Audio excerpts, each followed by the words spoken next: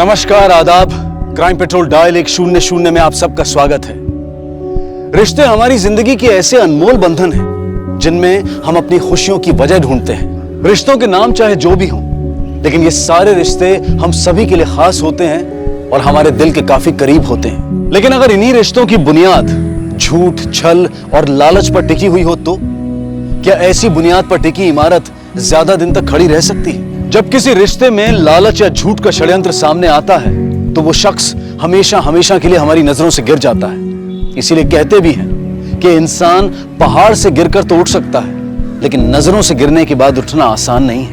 आज की ये कहानी आपको सोचने पर मजबूर कर देगी कि क्या कोई इंसान अपने छोटे से स्वार्थ के लिए अपने रिश्तों की हदों को लांघकर जुर्म की चौखट पर कदम रख सकता है।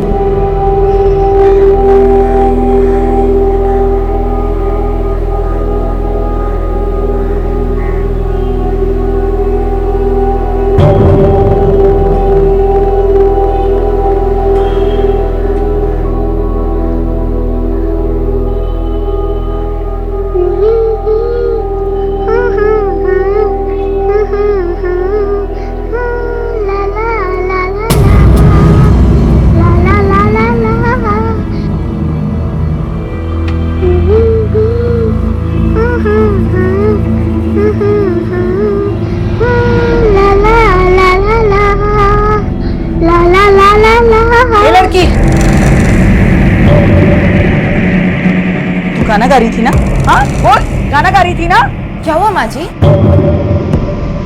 ये लड़की गाना गा रही थी ना? नहीं नहीं, गाना तो मैं गुनगुना रही थी। झूठ मत बोल, मैंने खुद सुना है, वो तेरी नहीं इसकी आवाज। क्या हुआ माँ जी? अरे ये लड़की गाना गा रही थी अभी। नहीं माँ जी, गाना मैं गा रही थी। चुप कर, मैंने खुद सुना है। माँ जी, ये बेचारी बेजुबान बच्ची क्या गाना गाई है? कुछ भी बोल रहे हो आप?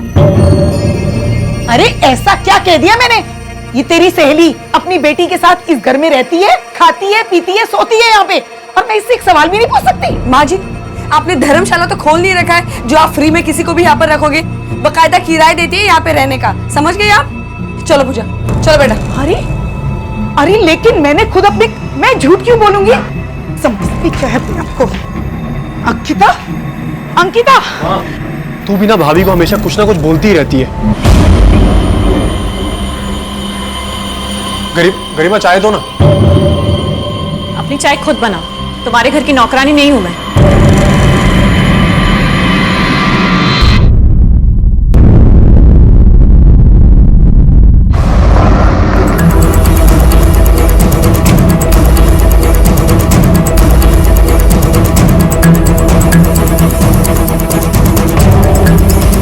चारों तरफ सर्च करो। चल सर, चेक करो।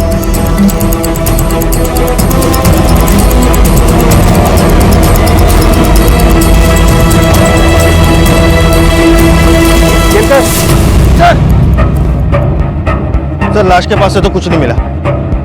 ये देख, टायर्स के निशान। केलकर सर, हो सकता है ये टायर के निशान खूनी के हैं। वो लाश को गाड़ी में रख के लाया, वहाँ झाड़ियों में लाश को ठिकाने लगाया और इधर झील के पानी से गाड़ी को साफ किया होगा। सर ऐसा भी तो हो सकता है कि पहले उसे कहीं और मारा गया होगा या फिर उसका खून गाड़ी में ही कर दिया गया होगा। हो सकता है, क्योंकि झाड़ियों के पास स्ट्रगल के निशान नहीं है। विक्टिम का गला काटा गया है। अगर झाड़ियों के पास उसका गला काटा जाता तो जमीन पे बहुत सारा खून होता, जो कि नहीं है। लेकिन समझ में नहीं आता कि ये आदमी है कौन और इसे कौन मारेगा और क्यों। केलकर, कातिल ने लाश को पवाना लेक के सुनसान इलाके में ठिकाने लगाया। एक काम कर, लाश की फोटो आसपास के एरिया में सर्कुलेट कर दो। विक्टिम की पहचान होना बहुत जरूरी है। और वो जो लड़का बाहर खड़ा है उसकी डिटेल्स लो, बॉडी को पोस्टमार्टम के लिए भेजो। Right sir.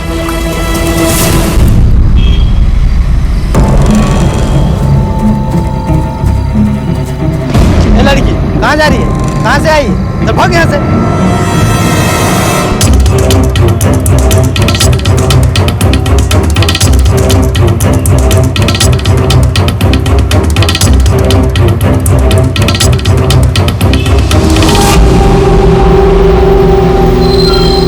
चलो चलो, लास्ट स्टॉप आ गया। चलो चलो, उतरो उतरो उतरो।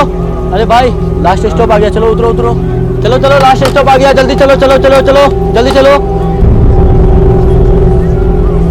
अरे ओ बेटा, इसी बस से वापस जाना है क्या? कौन है तुम्हारे साथ? टिकट दिखाओ। अरे टिकट दिखाओ ना। अरे अरे वो बेटा,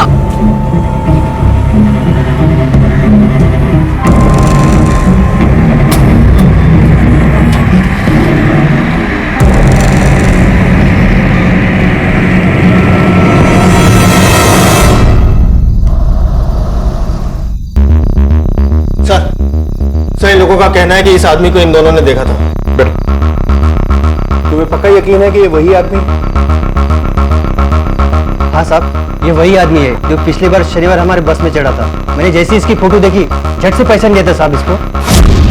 अच्छा, शनिवार यानी 22 तारीख को ये कहाँ से चढ़ा? साहब वो चढ़ा कहाँ से था ये तो मुझे याद नहीं, पर हाँ उतरा कलमबोली बस स्टॉप पे था। वो बहुत अखड़ू था साहब, इसलिए मुझे याद है।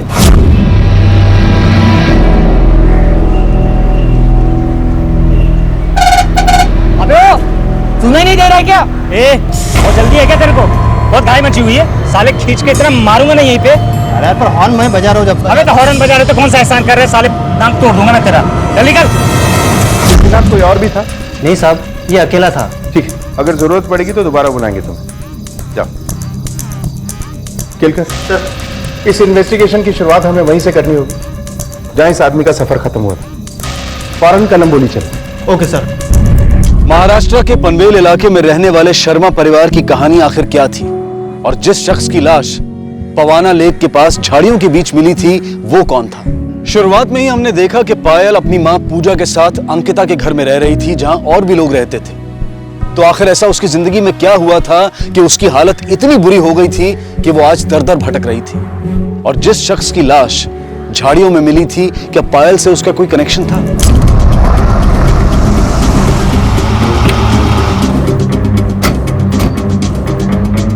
आसपास पूछताछ करो, जाओ।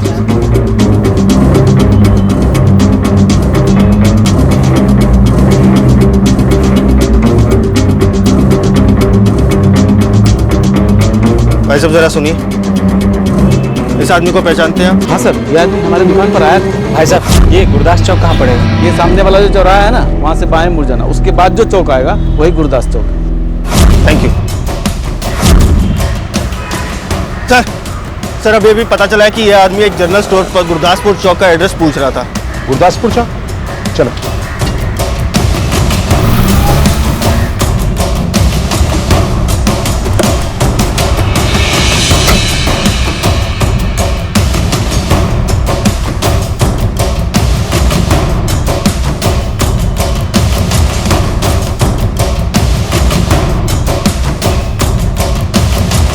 आप इस आदमी को पहचानते हो?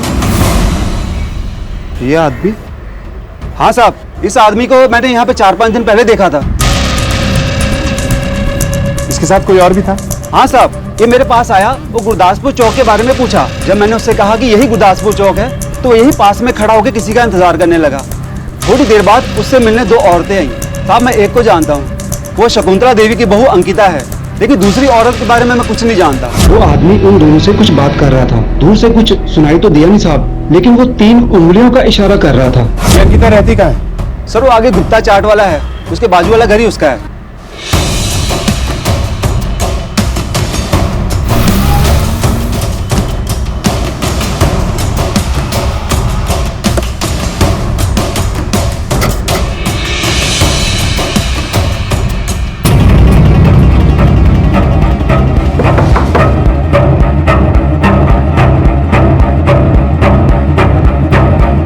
अंकिता यहीं रहती है? जी सर। उसे बुलाइए, हमें कुछ बात करनी। अभी तो वो घर पे नहीं है। क्या बात होगी सर? आप लोग इस आदमी को जानते हैं? नहीं सर। लगता है आप जानते हैं। नहीं साहब, मैं तो ये फोटो देखकर डर गई। आप लोग शायद इस आदमी को नहीं जानते, लेकिन अंकिता इसे जानती है, क्योंकि कुछ दिनों पहले अंकिता को इसके साथ देखा गया था। लेकिन उस वक्त अंकिता के साथ एक और औरत भी थी। लेकिन ये आदमी है कौन सर? इस सवाल का जवाब तो हम भी ढूंढ रहे हैं, लेकिन तुम अंकिता के क्या लगते हो?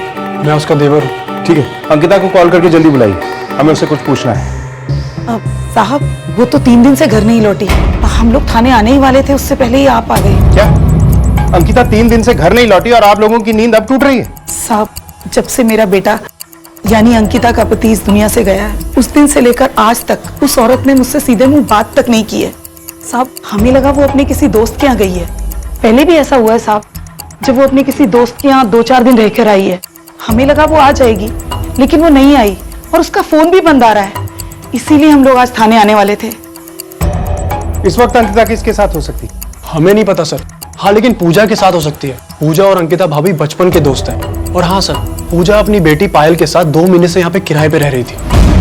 रह रही थी मतलब? अब कहाँ है पूजा? हमें नहीं पता सर। सर अंकिता भाभी के साथ साथ पूजा भी गायब है। आप लोगों जैसे गैर जिम्मेदार इंसान मैंने आज तक नहीं देखे। 3 दिन से अंकिता लापता है। 24 घंटे बाद आप उसकी मिसिंग कंप्लेंट दर्ज कर सकते थे। खैर, हमें अंकिता और पूजा की फोटोग्राफ्स दीजिए और उनके नंबर भी। साहब अंकिता का फोटो और नंबर तो है हमारे पास, लेकिन पूजा का फोटो और नंबर हमारे पास नहीं है। क्या पूजा और पायल का स्केच बनवा सकते हैं? हाँ साहब। ठीक है, आप लोगों को हमारे साथ पुलिस स्टेशन चलना होगा। आइए।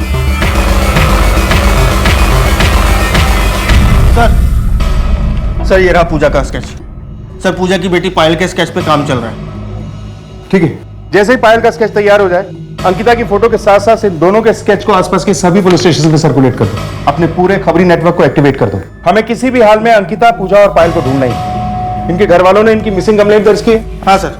सर अंकिता के घर वालों ने उन तीनों की मिसिंग कंप्लेंट लिखवा दी है। और सर अंकिता के कॉल रिकॉर्ड्स और उसके फोन के लास्ट एक्टिव लोकेशन मैंने मंगवा ली है। गुड। ये अंकिता काम कहाँ करती है? सर अंकिता के घर वालों का कहना है कि अंकिता मार्केट रोड पर किसी क्लिनिक में काम किया करती थी। इस क्लिनिक में जाके अंकिता और पूजा के बारे में पता कर। सर क्लिनिक तो तब पहुंचेंगे ना जब क्लिनिक का पता उसके घर वाले बताएंगे। मतलब ये सर कि अंकिता के घर वालों का कहना है कि उन्हें पता ही नहीं है कि अंकिता कौन से क्लिनिक में काम करती थी। ये बात मुझे हजम नहीं हो रही है केलकर। घर का एक सदस्य इतने समय से एक जगह पे काम कर रहा है और घर के बाकी मेंबरों को उसके बारे में पता ही नहीं। ये कैसे मुमकिन है? चलो।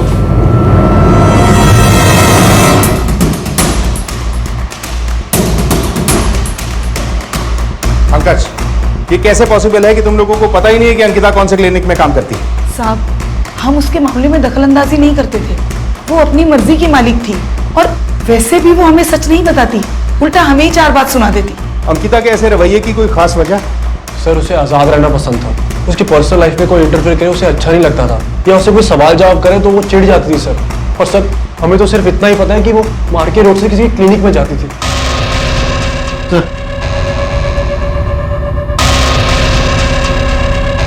ऐसे ही दिखते थे सर। ठीक है, आप लोग जा सकते हैं।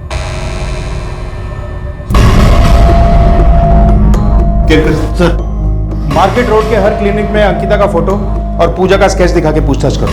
पता करो कि ये कहाँ काम करती थी और आखिरी बार वहां कब देखा गया उन्हें। Okay sir. केलकर ये परिवार जितना खड़ा है उतना ही गड़ा है और अपने साथ कई राज गड़ाए बैठा है। इनके पड़ोसियों से पूछताछ करनी होगी। Okay sir.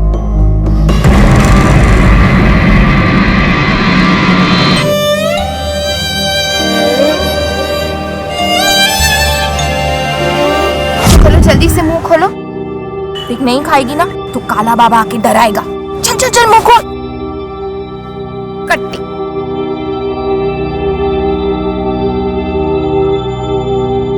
चल थोड़ा सा खा ले।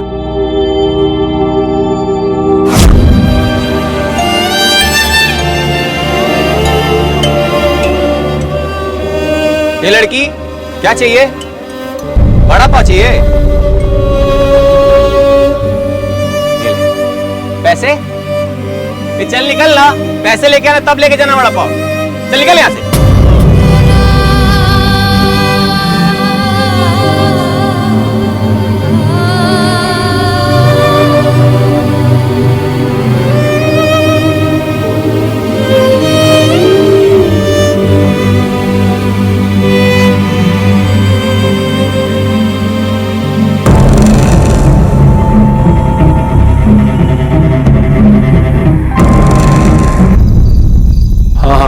अरे पुलिस का अप डाउन चले, थोड़ा टेंशन वाला माहौल है, समझो तुम। हाँ हाँ कोई दिक्कत नहीं है, अरे हो जाएगी डिलीवरी। अरे जब मैं बोल रहा हूँ मेरी बात पे विश्वास करो कि नहीं। कॉल करता हूँ बात। गरिमा कहाँ जा रही है? वो सर में बहुत दर्द हो रहा है इसलिए मेडिकल स्टोर जा रही हूँ दवाई लेने। अच्छा रुक। पंकज बेटा जरा आना। हाँ माँ क्या हुआ? बेटा जरा दुकान से जाके इसके लिए सरदर्द की दवाई ले आ। किसी को आने की जरूरत नहीं है, मैं खुद चली जाऊंगी। ऐसा कर तू साथ में चला जा, रात के 9 बज रहे हैं। सिर्फ रात के 9 ही बजे हैं माँ जी, और दुकान भी पड़ोस में ही है, मैं खुद जा सकती हूँ। अरे माँ रात के 9 ही तो बजे, जाने दो ना। तुझसे जितना कह रही हूँ उतना कर, चल जा जल्दी।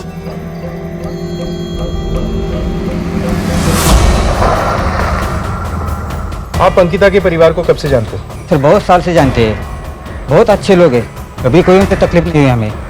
सर परिवार तो अच्छा है, लेकिन अंकिता का अपने सास से रोज झगड़ा होता था। किस बात पे होता था झगड़ा? सर ये तो नहीं बता सकता मैं, मुझे लगता है शायद पैसे की बात को लेकर हो सकता है।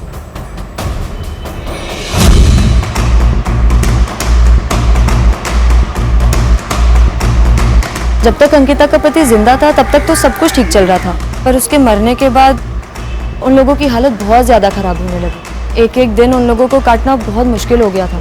पंकज की दुकान तो है पर उससे कोई खास कमाई नहीं हो पाती थी।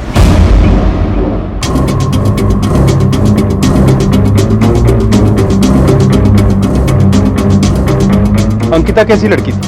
अंकिता अच्छी लड़की नहीं थी साहब। मतलब? क्या बताऊं साहब, रोज अपने देवर के साथ बाइक पे जाती थी चिपक चिपक के, वो भी उसका पति ना होने के बाद।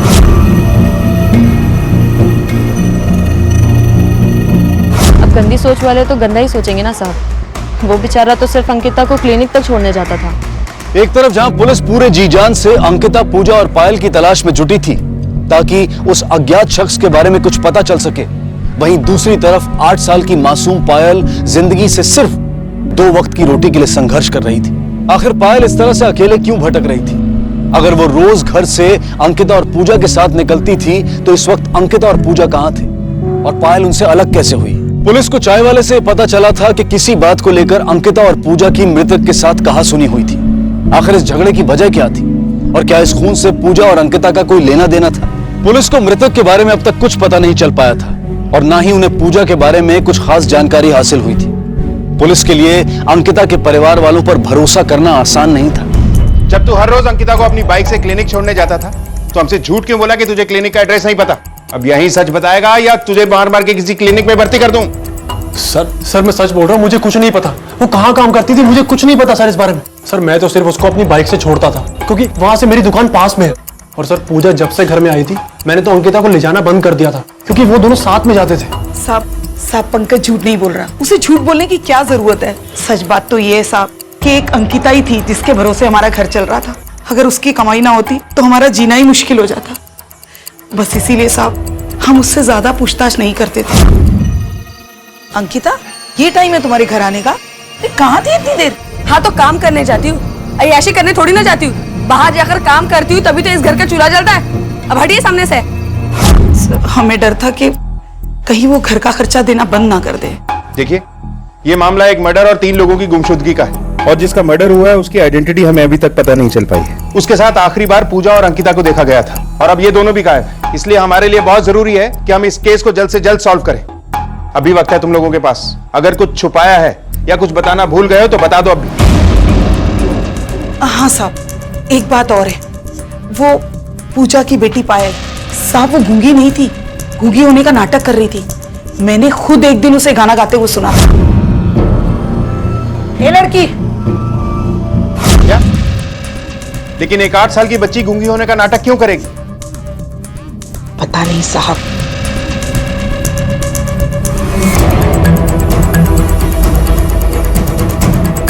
केलकर, यहां से तो कुछ हाथ नहीं लगा। एक बार अंकिता के रिश्तेदारों से मिलते हैं, शायद वहां से कुछ पता चले। सर अंकिता के रिश्तेदार के नाम पर उसकी सिर्फ एक बुआ है, उसके अलावा उसकी जिंदगी में उसके आगे पीछे और कोई नहीं है और वो भी पूना रहती है। तो केलकर फौरन पूना चलते हैं और पता करते हैं कि अंकिता की बुआ क्या उस आदमी को जानती है जिसका मर्डर हुआ है। मुझे पूजा की बेटी पायल की चिंता हो रही है, कहीं बड़ों के जाल में ये बच्ची किसी गलत जगह न फंसे। ओके सर, ठीक है, चलो।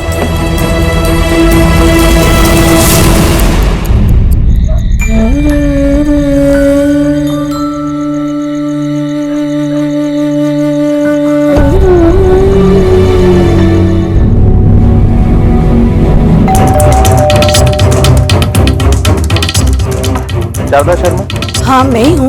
क्या बात है इंस्पेक्टर साहब? हमें अंकिता के बारे में कुछ बात करनी। अंकिता के बारे में? अंकिता से आखिरी बार आपकी बात कब? अंकिता से बहुत वक्त से बात ही नहीं हुई है, लगभग 1 साल हो गया है और आखिरी बार तब मैंने उसे देखा जब उसके पति की अंतिम तिथि थी।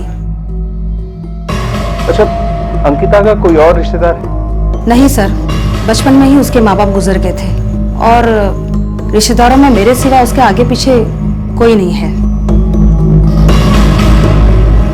इस आदमी को आपने कभी देखा है?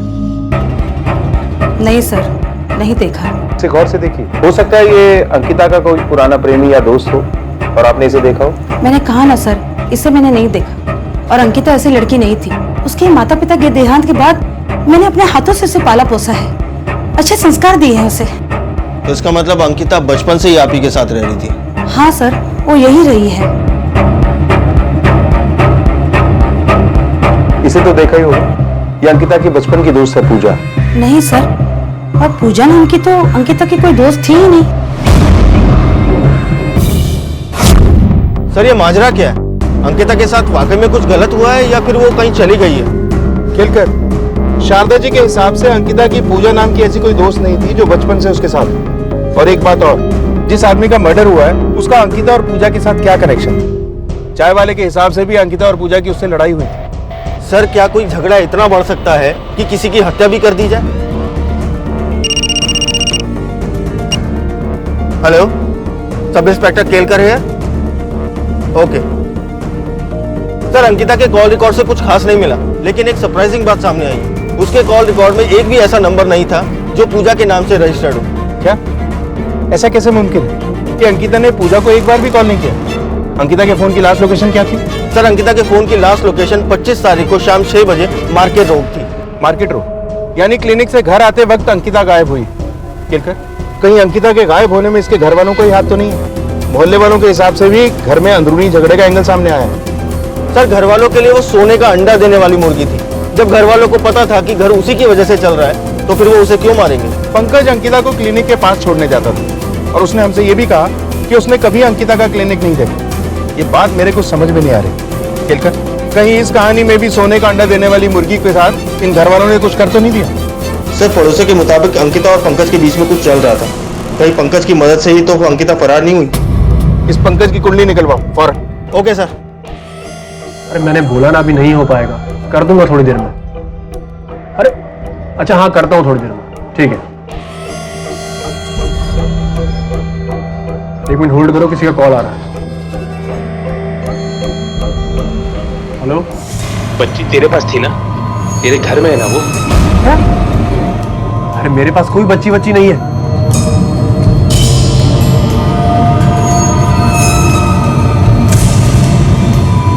हेलो, हाँ तुम मुझे मिलो थोड़ी देर में।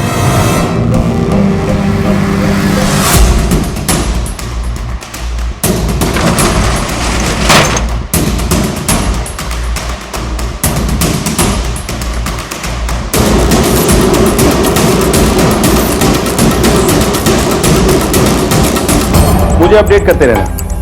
हाँ ठीक है, मैं तुझसे बाद में बात करता। सर विक्टिम की पोस्टमार्टम रिपोर्ट।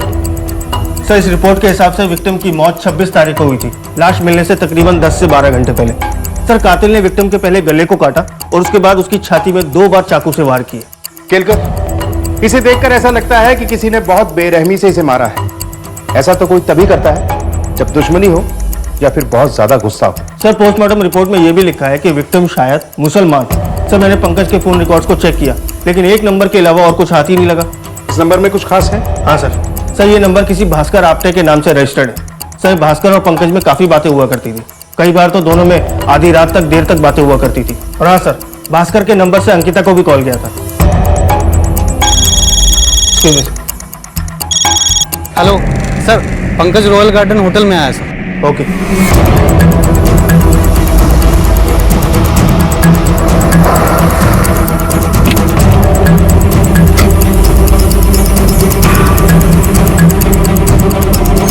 तुम हर वक्त इतनी टेंशन में क्यों रहते हो? मैं हूं ना तुम्हारे साथ। मुझे पता है तुम मेरे साथ, मैं देखता हूँ। सर मैंने क्या किया सर? अरे पंकज, चलो बात क्या है, लेकर के कहाँ लेकर के जा रही आप हमें? सर मैं और शीतल एक दूसरे को पसंद करते हैं, हमारा अफेयर है। ये भास्कर आपटे कौन है?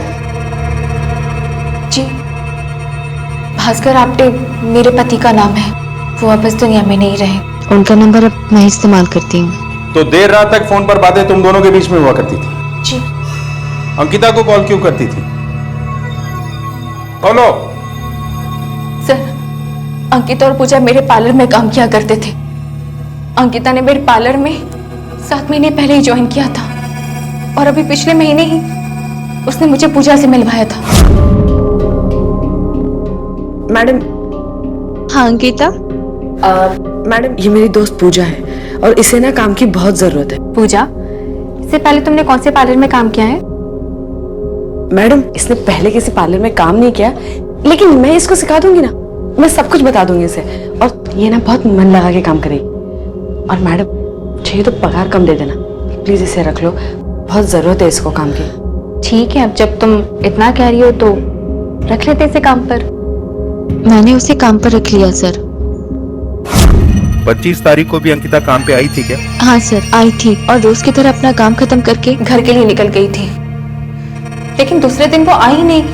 मैंने इस बारे में पंकज से भी पूछा था तो उसने मुझे बताया कि अंकिता उस दिन घर पहुंची ही नहीं थी। तुम्हारे पार्लर में सीसीटीवी कैमरा तो होगा? जी। केलकर सर, इनके पार्लर की पिछले 1 महीने की सीसीटीवी फुटेज चेक करो, कुछ ना कुछ हाथ जरूर लगेगा।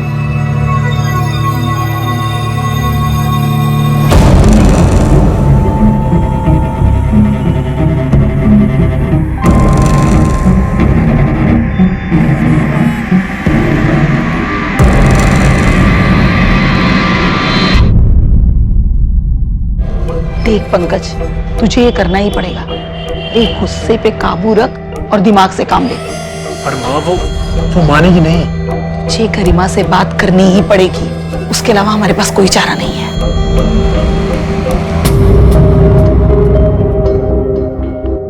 गरिमा, गरिमा, गरिमा सुनो। वापस मुझे छूने की कोशिश भी मत करना, समझे? गरिमा मुझे पता है मुझसे गलती हुई, मुझे माफ कर दो प्लीज। आखिर तुम मेरी बीवी हो और तुम्हारे बिना कुछ नहीं हो सकता। कुछ तो करना ही होगा ना, मैं ये अकेला नहीं कर पाऊंगा। गरिमा प्लीज मेरी हेल्प कर दो प्लीज। ठीक है, लेकिन तुम्हें इसकी कीमत चुकानी होगी। कितनी? 10% और। ठीक है।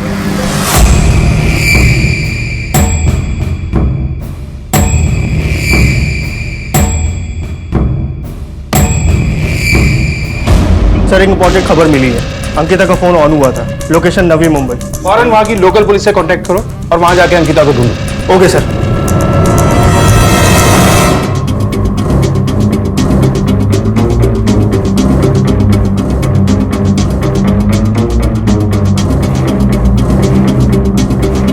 ओ भाई, इसे देखा? नहीं साहब।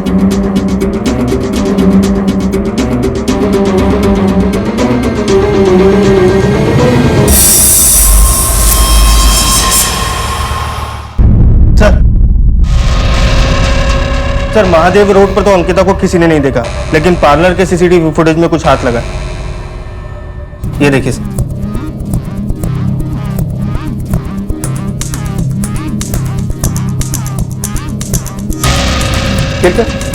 ये तो वही आदमी है जिसकी हमें लाश मिली थी, और शीतल ने हमसे कहा कि वो इसे जानती ही नहीं। रुको, देखो शीतल, अब अगर एक झूठ भी तुम्हारी जबान से बाहर निकला तो मैं तुम्हें इस कांस्टेबल के पास छोड़ के चले जाऊंगा। बोलो, कौन था वो आदमी? सर वो आदमी मेरे पार्लर में आया था। तो तुमने हमसे झूठ क्यों बोला कि तुम उस आदमी को नहीं जानती? क्योंकि मैं डर गई थी सर, क्योंकि जिस शख्स के बारे में आप पूछताछ कर रहे थे वो मर चुका था और मैं इन सब बचड़ों में पड़ना नहीं चाहती थी, इसलिए आपसे झूठ बोली। या पंकज ने कहा था तुमसे झूठ बोलने के लिए? नहीं, पंकज ने मना नहीं किया था, उल्टा मैंने उसे कहा था कि वो मेरे पार्लर का नाम ना ले, आप लोगों के सामने मेरे पार्लर की बदनामी हो जाती। सर यकीन मानिए मैंने कुछ नहीं किया है। वो आदमी कौन था और क्यों आया था तुम्हारे पार्लर? सर अंकित और पूजा के गायब होने के 2 दिन पहले। जिन्नत है? कौन जिन्नत? अरे जिन्नत। जिन्नत? यहाँ पर कोई जिन्नत नहीं है। जी, कौन चाहिए आपको? अरे मसाज के लिए ऑयल देना। अरे अरे अंदर कहाँ जा रहे हो? हेलो दरवाजा खोलो, पूजा। पैसे चाहिए मुझे। पूजा, तू ठीक तो है ना? उसने तेरे साथ कुछ किया तो नहीं? हाँ? नहीं मैडम। पूछे ये आदमी था कौन? और ये जीनत कौन है? जीनत मेरी चचेरी बहन का नाम है और ये उसका आदमी था। ये जीनत कौन है? सर, पूजा का ही असली नाम जीनत है और उसकी बेटी का नाम ज़ेबा। तुम्हें ये सब कैसे पता? सर, एक दिन पायल कैंची से खेल रही थी और उस वक्त पार्लर की सभी लड़कियां खाना खाने के लिए बाहर गई थी।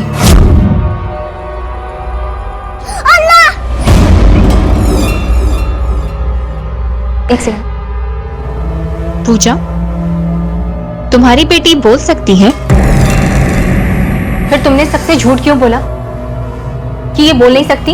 और इसने अभी अभी अल्लाह बोला ना, तो तुम लोग मुस्लिम हो? मैडम, मैंने जानबूझ के ये झूठ नहीं बोला, मैं मजबूर थी। मेरा नाम जीनत है और मेरी बेटी का ज़ेबा। मैडम, अब तो आपको सब कुछ पता चल चुका है, लेकिन मैं अल्लाह की कसम खा के कहती हूँ, ये झूठ मैं जानबूझ के नहीं बोल रही मैडम। बस आप किसी को इस राज के बारे में मत बताइएगा। ठीक है, ठीक है। अंकिता को भी ये सब पता था? पता नहीं सर। सर, अंकिता का फोन चौसर नाम की जगह पे ऑन हुआ है। पुलिस के लिए केस इतना ज्यादा उलझ चुका था कि वो किसी एक थ्योरी को पकड़कर आगे नहीं बढ़ सकते थे। क्या शीतल ने पूजा और जीनत और पायल और ज़ेबा के बारे में जो पुलिस को बताया था वो सच था? शीतल ने जो कुछ भी बताया था, अगर वो सच था तो फिर जीनत अपनी बेटी को गूंगेपन का नाटक करने के लिए क्यों कहती थी? क्या इस सब के बारे में अंकिता को भी पता था? आखिर अंकिता, जीनत और ज़ेबा का उस मृतक के साथ क्या संबंध था और वो जीनत को ढूंढता हुआ उसके इलाके तक कैसे और क्यों आ पहुंचा था? इस कहानी का हर पात्र अपना अपना दांव चल रहा था और इस बाजी को अपने नाम करने के लिए पुलिस को जरूरत थी एक मास्टर स्ट्रोक।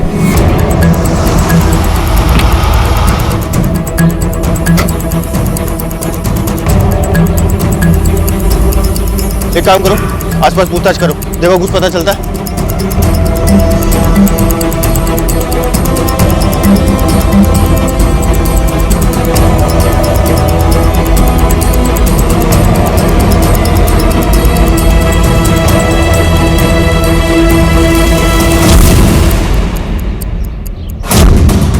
ये लड़के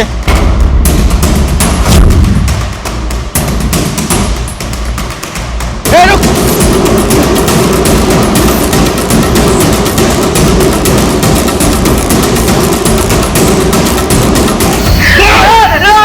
नहीं बोलेगा। चलो, पंकज जी ने बोला था कि मुर्गे में एक औरत आएगी, उससे सिम कार्ड लेकर उसे कभी कभी चालू करके बंद करना है। सर, बस मुझे इतना ही करने को कहा था, मुझे और कुछ नहीं पता सर। सब गाड़ी में डाली सर, चल गाड़ी में। क्या करूं? उसने कुछ नहीं किया, मैं सच कह रही हूँ। मेरी नहीं बोलेगा, नहीं बोलेगा, नहीं बोलेगा। बताता हूँ सर, मैं बताता हूँ सर, सब बताता हूँ सर। आप लोग बार बार घर पर आ रहे थे, आसपास के लोग बातें बनाने लग गए थे, इसलिए मैंने आपका ध्यान भटकाने के लिए गरिमा को अंकिता की सिम कार्ड लेकर के उस लड़के के पास भेजा था सर।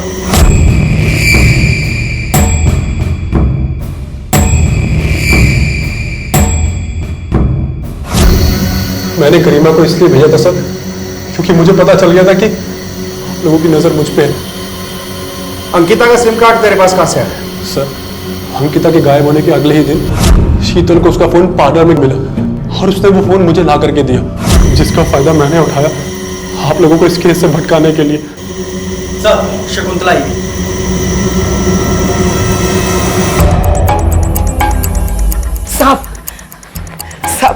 साहब, मेरे बेटे को छोड़ दीजिए, उसने कुछ नहीं किया, वो बेकसूर है साहब। अच्छा, तो आपके इस भोले भाले बेटे के पास अंकिता का फोन कहां से आया? साहब, वो फोन तो शीतल ने उसे दिया था। आपको यकीन ना हो तो आप शीतल से बात करके खुद पता करा ले सर। किससे पता करना है और कैसे पता करना है ये हम अच्छी तरह से जानते हैं, आप टेंशन मत लीजिए।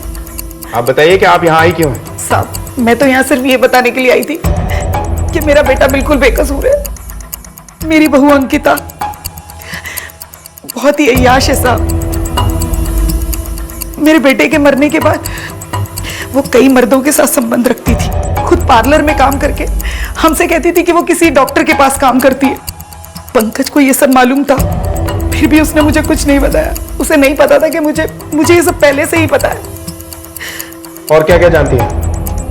साहब, वो आदमी जो मरा है वो या तो मेरी बहू का दलाल होगा या फिर उसका यार। मैं अब तक ये सोचकर चुप रही कि आप लोग ज्यादा तहकीकात करोगे तो आप लोगों को पता चल जाएगा कि मेरी बहू इन सब धंधों में थी और हम लोग किसी को मुंह दिखाने के लायक नहीं रहेंगे साहब। अच्छा, आपके पास क्या सबूत है कि वो आदमी उसका दलाल था या फिर प्रेमी? साहब, मैंने खुद अपनी आंखों से देखा उस रात।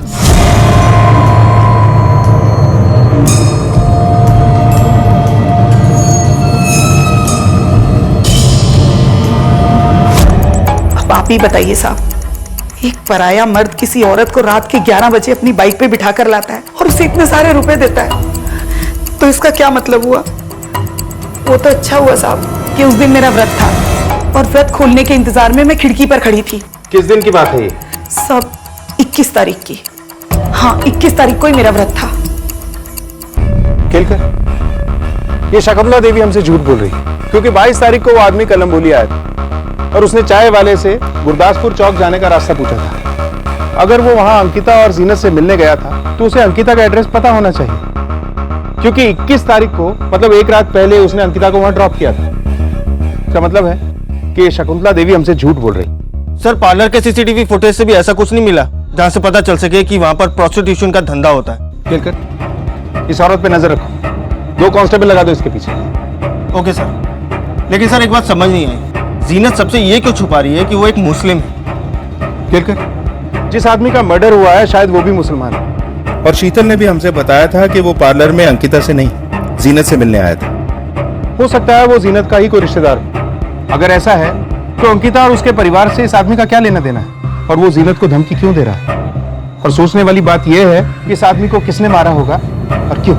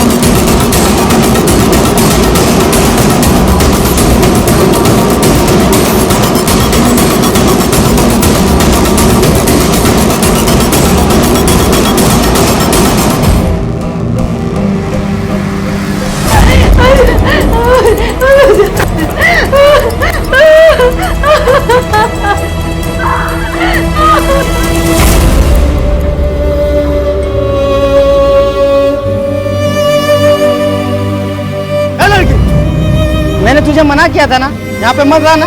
क्यों आई यहाँ पे? भाई यहाँ से। ओ भैया, क्या कर रहे हो ये? बच्चे के साथ कोई ऐसे पेश आता है? Sorry sir. जाओ। बेटा क्या हुआ? अंदर चलो।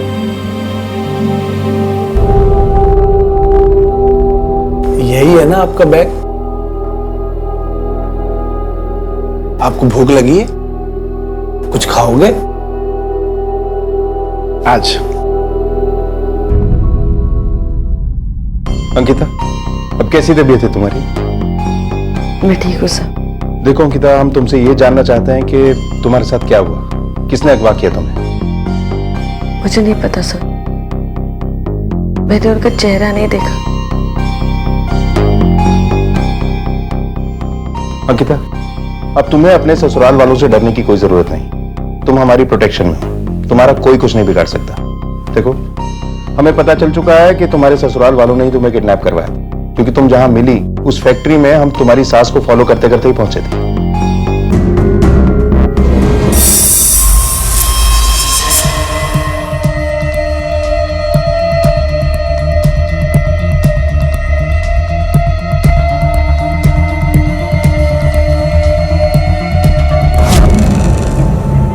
बेटा ये आपकी नोटबुक में क्या लिखा है? किसी का नंबर है क्या?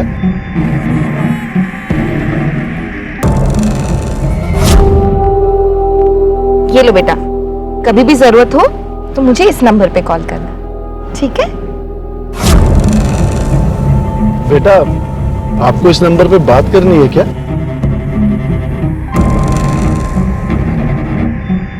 बेटा मेरा फोन स्विच ऑफ है, आप मेरे साथ घर चलो, मैं आपको वहां से फोन करवा दूंगा, ठीक है? आपका नाम क्या है बेटा? जीबा।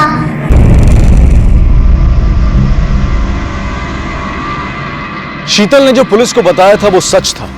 जीनत और ज़ेबा मुस्लिम थे और ज़ेबा अच्छी तरह से बात भी कर सकती थी, लेकिन जीनत दुनिया को अपना नाम पूजा और अपनी बेटी का नाम पायल बताया करती थी। लेकिन सबसे बड़ा सवाल यह था कि क्या अंकिता को जीनत का सच पता था? अगर अंकिता को सब कुछ पता था तो उसने पुलिस से झूठ क्यों कहा?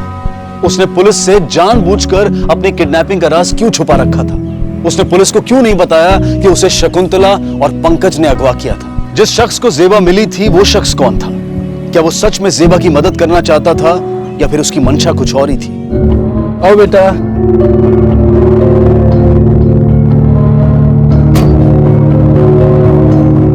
चलो बेटा घबराओ नहीं, आ जाओ।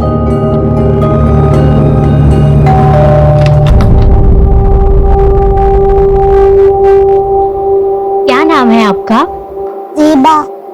ज़ेबा, बहुत प्यारा नाम है। आओ अंदर आओ बेटा।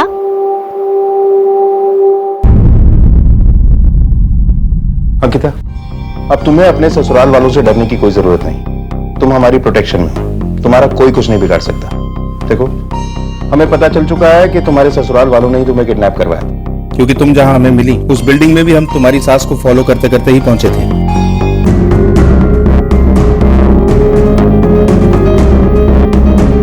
सब मेरी तबीयत कुछ ठीक नहीं लग रही, मैं आराम करना चाहती हूँ। चलो, तुम नहीं बताना चाहती तो कोई बात नहीं। ये बताओ कि जीनत और ज़ेबा कहाँ? जीनत और ज़ेबा? जीनत और पूजा और ज़ेबा और पायल। तुम्हें इनके असली नाम नहीं पता? नहीं सर, उनका नाम पूजा और पायल ही है। आपको कोई गलतफहमी हो गई है। अच्छा ये बताओ कि क्या ये पायल बोल सकती थी? नहीं सर। ठीक है, चलते हैं।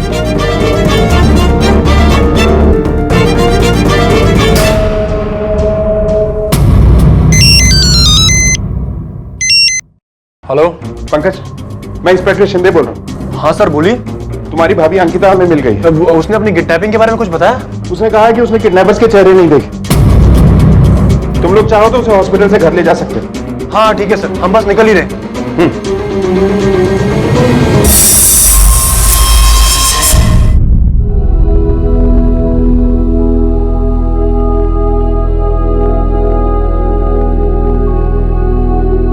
ये लो बेटा, आपके लिए दूध का ग्लास लो। नहीं पियोगी?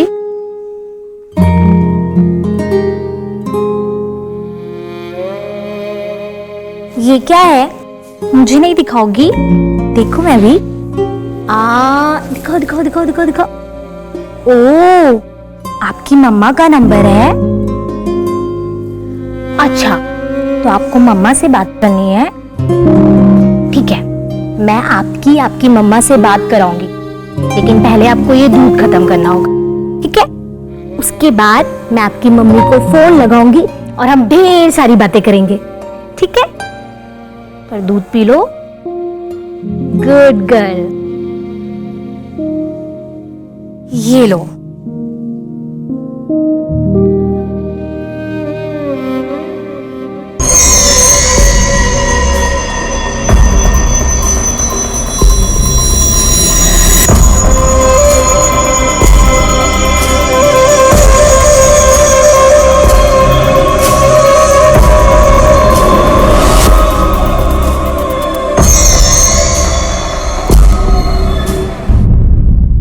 तुमसे ये जानना चाहते हैं कि तुम और पूजा कहाँ मिली।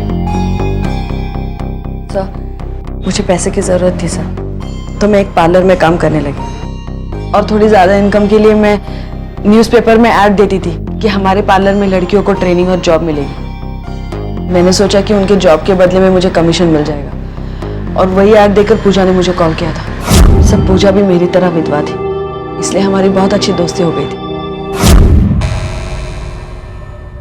इस आदमी को जानती हो? ये तो अराफात है। इस आदमी का नाम अराफात है? कौन है ये आदमी? कैसे जानती हो तुम इसे? सब पूजा ने मुझे बताया था कि अराफात उसकी चचेरी बहन का पति है। कुछ साल पहले पूजा के पति की मौत हो गई थी, उसके बाद उसे पैसों की बहुत तंगी हो गई थी, इसलिए मजबूरन उसने अराफात से पैसे उधार लिए थे। लेकिन अराफात के मन में चोर था, वो हद से ज्यादा ब्याज लेने लगा पूजा से, और जब पूजा पैसे नहीं दे पाई तो अराफात उसे डराने और धमकाने लगा, और इस सब से तंग होकर पूजा कोयना नगर से यहाँ चली आई। यहाँ आने के बाद पूजा ने अपनी नई जिंदगी शुरू की थी, लेकिन पता नहीं कैसे अराफात को पता चल गया कि वो यहाँ पर है और वो उसे फिर से तंग करने लगा। 3 दिन। सब पूजा और मैं काफी अच्छे दोस्त थे और मैं उसकी मदद करना चाहती थी, इसलिए मैंने तय कर लिया था कि मैं अपने सारे जेवर बेचकर उसकी मदद करूंगी। अरे वाह, कितना सुंदर हार है। मैंने आज तक कभी ऐसा हार नहीं देखा। है ना? मेरी बुआ ने मेरी शादी में दिया था। अराफात को किसने मारा? मुझे नहीं पता सर, आप प्लीज पूजा और पायल को ढूंढिए ना। पता नहीं वो कहाँ और किस हाल में होंगे। तुम अब भी हमें नहीं बताओगी कि तुम्हें किसने अगवा किया था? सर, मैंने आपसे कहा ना, मैंने उसका चेहरा ही नहीं देखा, तो मैं आपको कैसे बताऊं? ठीक है। केलकर, क्या अंकिता को सच में नहीं पता कि पूजा का असली नाम जीनत है और वो एक मुसलमान? शीतल ने जो हमसे कहा वो सच है या मामला कुछ और ही है? शीतल और शकुंतला का कहना है कि ज़ेबा बोल सकती है। ये बात अंकिता को कैसे नहीं पता? कहीं ऐसा तो नहीं कि अंकिता हमसे कुछ छुपा रही? केलकर सर, ये जो आदमी है अराफात, इसकी पूरी हिस्ट्री चाहिए मुझे। इसका पास्ट और प्रेजेंट खंडगार डालो, तभी इसका फ्यूचर हम डिसाइड कर पाएंगे। Okay sir. चलो। आखिरकार इस गुमनाम लाश को पहचान मिली। अंकिता ने पुलिस को बताया कि जिस शख्स की हत्या हुई थी उसका नाम अराफात था, लेकिन पुलिस को अराफात के बारे में उसके नाम के अलावा और कुछ पता नहीं चला। आखिर अंकिता क्यों पुलिस से अपने घर वालों द्वारा अपनी किडनैपिंग की और पूजा और पायल की पहचान छुपा रही थी? क्या अंकिता ये सब किसी खास मकसद से जानबूझकर ऐसा कर रही थी? और इस सब के बीच पायल उर्फ ज़ेबा कहाँ थी, ये अब तक किसी को नहीं पता था। क्या हो रहा था उसके साथ, और ये परिवार कौन था जिसने उसे अपने साथ रखा हुआ था?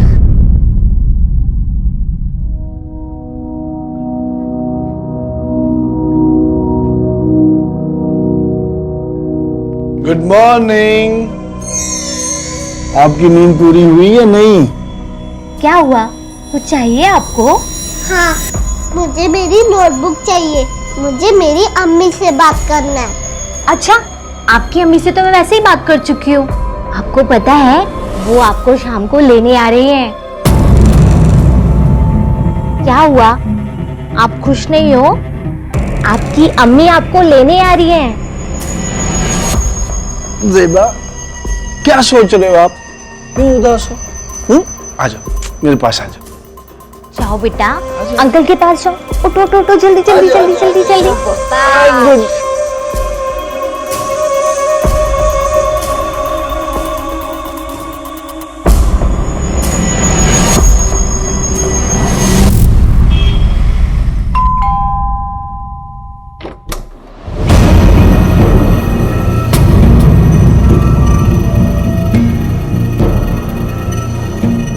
अंकिता, तुम लोगों को यही लग रहा है ना कि मैंने पुलिस को सच क्यों नहीं बताया? डरने की जरूरत नहीं है, मैं पुलिस को कुछ नहीं बताऊंगी, लेकिन तुम लोगों को वही करना होगा जो मैं कहूंगी। हाँ, पहले तो मुझे ये बताओ कि पूजा और पायल है कहाँ, और तुम लोगों ने क्या किया उनके साथ? तुझे अभी भी उस पूजा की पड़ी है? चल चल, मैं तुझे दिखाती हूँ कि उसने क्या किया। चल मेरे साथ, चल। हाँ, तुझे दिखाती हूँ। हाँ, मेरे साथ। ये देख, अलमारी तोड़ के सारे गहने उठा के ले गई है तेरी सहेली वो पूजा। हाँ ये देख, और ये भी देख, कुछ नहीं छोड़ा उसने, सब ले गई। तेरे घर में रहकर तुझसे ही गद्दारी की उसने। आप झूठ बोल रही है, मुझे ऐसा कर ही नहीं सकती, ऐसा नहीं हो सकता।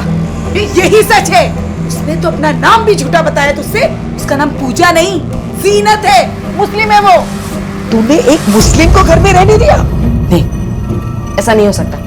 और आप बताइए, आपने इस चोरी के बारे में पुलिस को बताया? हाँ? अरे दिमाग खराब है क्या? पहले ही एक मर्डर के केस में पुलिस हमारे घर के चक्कर काट रही है, और अब ये चोरी का और बता दूं, उसके बाद तो पुलिस आके हमारे घर में ही बच जाएगी। बार बार पुलिस के आने जाने से पड़ोसी हमारे बारे में क्या सोचते हैं पता है तुझे?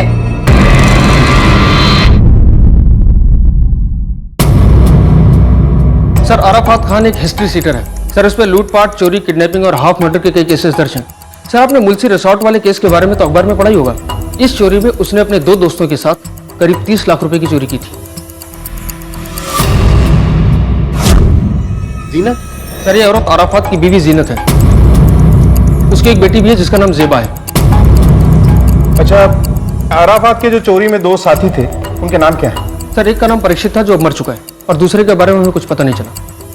ये परीक्षित मरा कैसे था? सर, परीक्षित हमें काफी घायल हालत में मिला था। उस पर चाकू से हमला किया गया था और वो किसी तरह से खुद ही हॉस्पिटल पहुंचा था। मरने से पहले उसने हमें बताया कि इस चोरी में उसके साथ उसका पार्टनर अराफात भी था। सर, पैसे के बंटवारे को लेकर दोनों में झगड़ा हुआ। उसके बाद अराफात ने उस पर हमला कर दिया। लेकिन सर, परीक्षित के मुताबिक उसने अराफात के हिस्से का पैसा उसकी बीवी जीनत को दे दिया था, लेकिन अराफात ये बात मानने को तैयार नहीं था।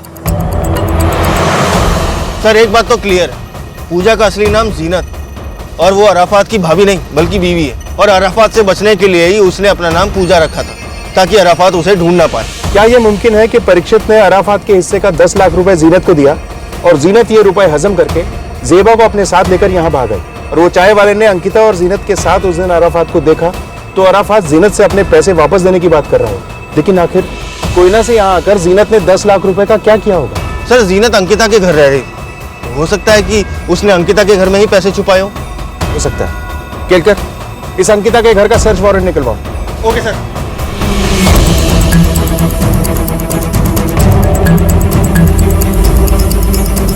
केलकर, घर का कोना कोना छान मारो। Okay sir. सर, क्या बात होगी सर, बताते हैं।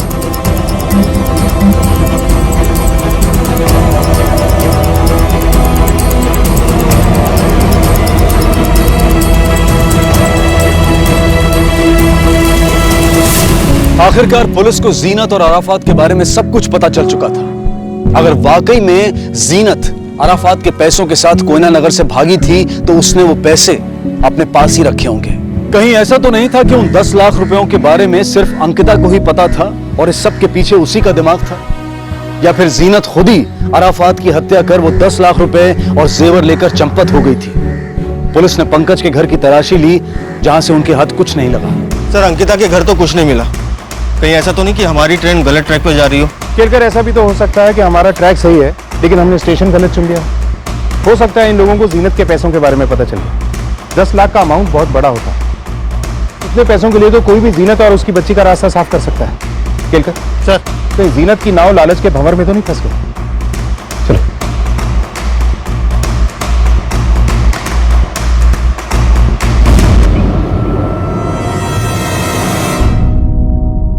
मम्मी अभी तक क्यों नहीं आई? बेटा, मेरी आपकी मम्मी से बात हुई थी। वो बोल रही थी उन्हें थोड़ा काम था, इसलिए नहीं आ पाई वो, लेकिन वादा किया है जल्दी आएंगी आपको लेने। सच्ची? आपने मेरी अम्मी से बात की थी? सच्ची, मैंने आपकी अम्मी से बात की थी। तो फिर आपने मुझे मेरी अम्मी से बात क्यों नहीं करवाई? बेटा, वो बहुत जल्दी में थी ना, इसलिए उन्होंने फोन कट कर दिया, इसलिए आपकी बात नहीं करा पाई। अच्छा, ये सब छोड़ो, मैं आपको कुछ दिखाती हूँ, ठीक है? ये देखो।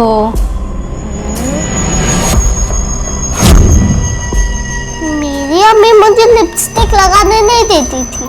ठीक है, तो मैं तुम्हें लिपस्टिक लगाऊंगी, ठीक है? ये देखो, चलो आ करो। नहीं नहीं, मुझे मेरी अम्मी डांटेगी। मैं प्रॉमिस करती हूँ, मैं आपकी अम्मी को कुछ नहीं बताऊंगी। लिपस्टिक लगा लो।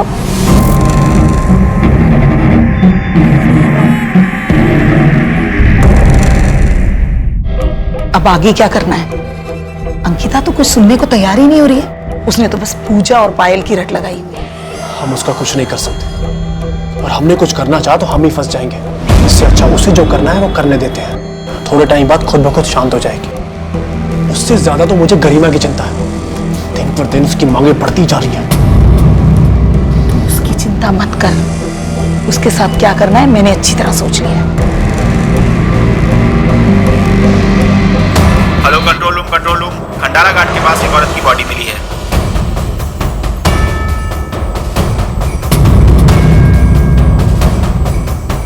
ये तो वही औरत है जिसका स्केच लोनावाला सिटी पुलिस ने जारी किया था। जी सर। उनको इन्फॉर्म करो।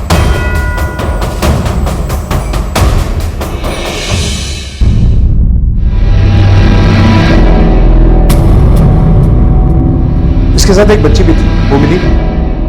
No sir. जीनत की हत्या के बाद अब यह केस एक डबल मर्डर केस में तब्दील हो गया था। पुलिस का सारा शक अब अंकिता पर ही था। आखिर जीनत की हत्या क्यों हुई होगी?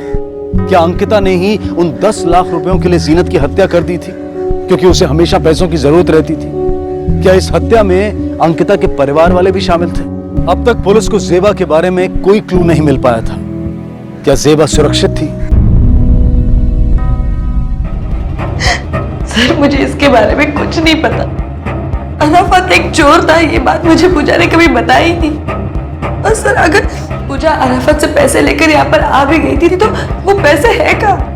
पूजा का सारा खर्चा तो मैं ही उठाती थी, और अगर उसके पास पैसे होते तो वो मुझसे पैसे क्यों मांगती? अंकिता, 10 लाख रुपए एक बड़ी अमाउंट होती, और हमें शक है कि जीनत का मर्डर इन्हीं पैसों की वजह से हुआ। क्या तुम्हें सच में इन पैसों के बारे में नहीं पता था? बिल्कुल नहीं सर। अब मुझ पर शक कर रहे हैं? देखो, शक करना हमारा काम है। जीनत को आखिरी बार 25 तारीख को देखा गया था। उस रोज वो पार्लर आई थी, फिर दोपहर को वहां से चली गई। हाँ, वो पायल को एनजीओ से लेने जाती थी। एनजीओ? हाँ सर।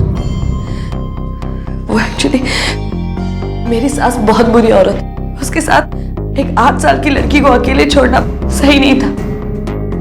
उसे लगता था कि पायल बोल सकती है, वो गूंगी नहीं है, और इस बात को लेकर घर में हर रोज झगड़े होते थे। तो मैंने पूजा को कहा कि वो पायल को किसी एनजीओ में डाल दे ताकि पायल की परवरिश अच्छी हो और उसे पढ़ने को भी मिले।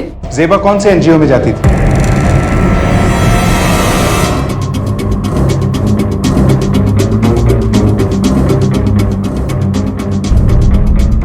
जी हाँ, ये तो पायल है, हमारी ही एनजीओ में पढ़ती है। इसकी माँ आई थी, बहुत ज़रूरतमंद लग रही थी तो हमने इसे एडमिशन दे दिया। मैडम मैं बहुत परेशान हूँ, आप मेरी मदद कीजिए प्लीज। बच्ची को अकेले पाल रही हूँ, इसके पिता अब इस दुनिया में नहीं, इसे प्लीज एडमिशन दे दीजिए मैडम। क्यों नहीं, ऐसे भी हमारा एनजीओ ऐसे ही बच्चों की सहायता करता है। आप यहाँ पढ़ सकती हो। हाँ सर, लंच के वक्त अक्सर पूजा आकर पायल को ले जाया करती थी, और उस दिन भी दोनों साथ में ही खाना खाने के लिए बाहर गए थे। क्या आपको पता है कि वो लोग खाना खाने कहाँ गए थे? जी, पायल ने मुझे बताया था कि पूजा उसे पास ही के एक पार्क में उसे खाना खिलाने ले जाया करती थी। पायल ने बताया? हाँ सर, इसका मतलब शकुंतला देवी सही कह रही थी कि पायल बोल सकती है। अच्छा, पूजा ने क्या अपना कोई नंबर दिया था आपको? सर, हमारे एनजीओ में सभी स्टूडेंट्स और गार्जियंस के डिटेल्स होते हैं, मैं आपको चेक करके बताती हूँ। ये लीजिए सर नंबर। सर, ये तो अंकिता का नंबर है। सर, 2-3 दिनों से हम ट्राई भी कर रहे हैं, पर ये नंबर लगातार स्विच ऑफ आ रहा है। सर, एक बात समझ नहीं आई, जीनत ने पूरे घर वालों से ये बात क्यों छुपाई कि जेबा बोल सकती है? शायद इसलिए कि जीनत को डर था कि जेबा लोगों से ये ना बता दे कि वो लोग मुसलमान हैं, और शकुंतला देवी को ये कभी बर्दाश्त नहीं होता। लेकिन सर, वो पार्क में जाकर जेबा के साथ लंच क्यों करती थी? वो तो एनजीओ में भी लंच कर सकती थी। क्योंकि पार्क ही एक ऐसी जगह है जहाँ जेबा और पायल बोल सकती है। सर, ये मामला बड़ा अजीब लग रहा है। अगर जीनत ने अंकिता से ये बात छुपाई थी कि जेबा बोल सकती है, तो उसने उसका नंबर एनजीओ वालों को क्यों दिया? उसे ये डर क्यों नहीं था कि अंकिता को सारा सच पता चल जाएगा?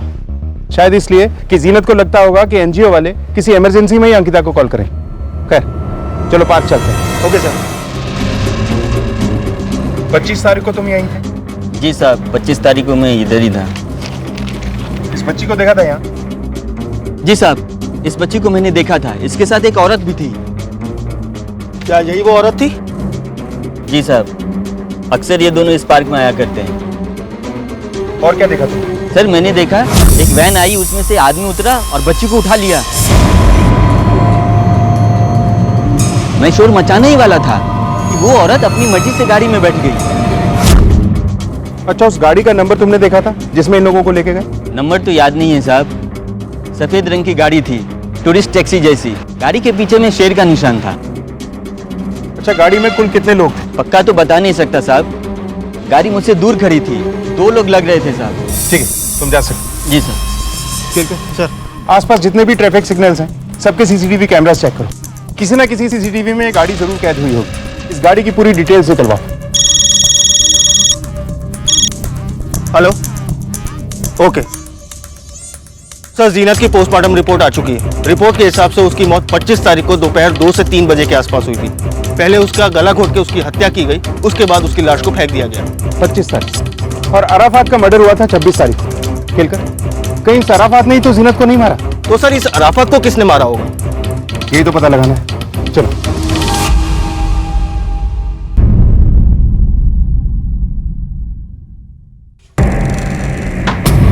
गरिमा, सच सच बता कि तुमने पूजा को क्यों मारा और कहाँ छुपा के रखा पायल को? तुम्हें जो भी पता है ना, सब सच सच बताओ, वरना मैं पुलिस के पास जाके तुम लोगों की सारी पोल खोल दूंगी, समझी? अरे भाभी, मुझे नहीं पता कि पूजा को किसने मारा और पायल को किसने किडनैप किया। झूठ मत बोलो गरिमा। मैं सच कह रही हूँ भाभी, मुझे नहीं पता पूजा को किसने मारा। मुझे बस इतना पता है कि माँ जी ने पूजा के बारे में झूठ कहा था आपसे। पूजा ने जेवर चुराए ही नहीं। क्या?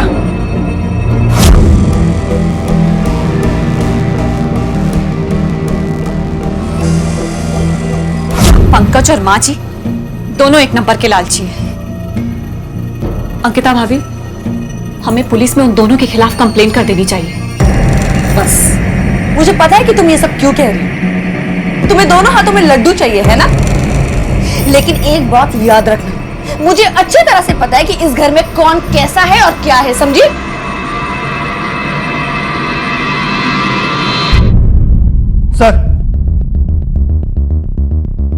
सर ये देखिए, उस पार्क के अगले वाले सिग्नल का सीसीटीवी फुटेज।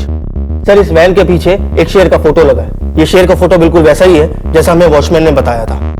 सर ये वैन 25 तारीख की दोपहर को उस पार्क के बाहर भी खड़ी थी। केलकर, ये वैन किसी और सीसीटीवी फुटेज में दिखी? सर मैंने बाकी के सीसीटीवी फुटेज भी चेक किए। ये वैन ज्यादातर रात को निकला करती थी और लोनावला से आने वाले रास्ते पर दिखी थी। फौरन इस वैन को ढूंढ निकालो। Okay sir. पंकज, सच सच बता, मेरे गहने कहाँ है? सच बता रही है, मैं पुलिस को बुलाऊं? अरे भाभी, ये सब क्या बोल रही हो तुम? मुझे क्या पता तुम्हारे गहने कहाँ हैं?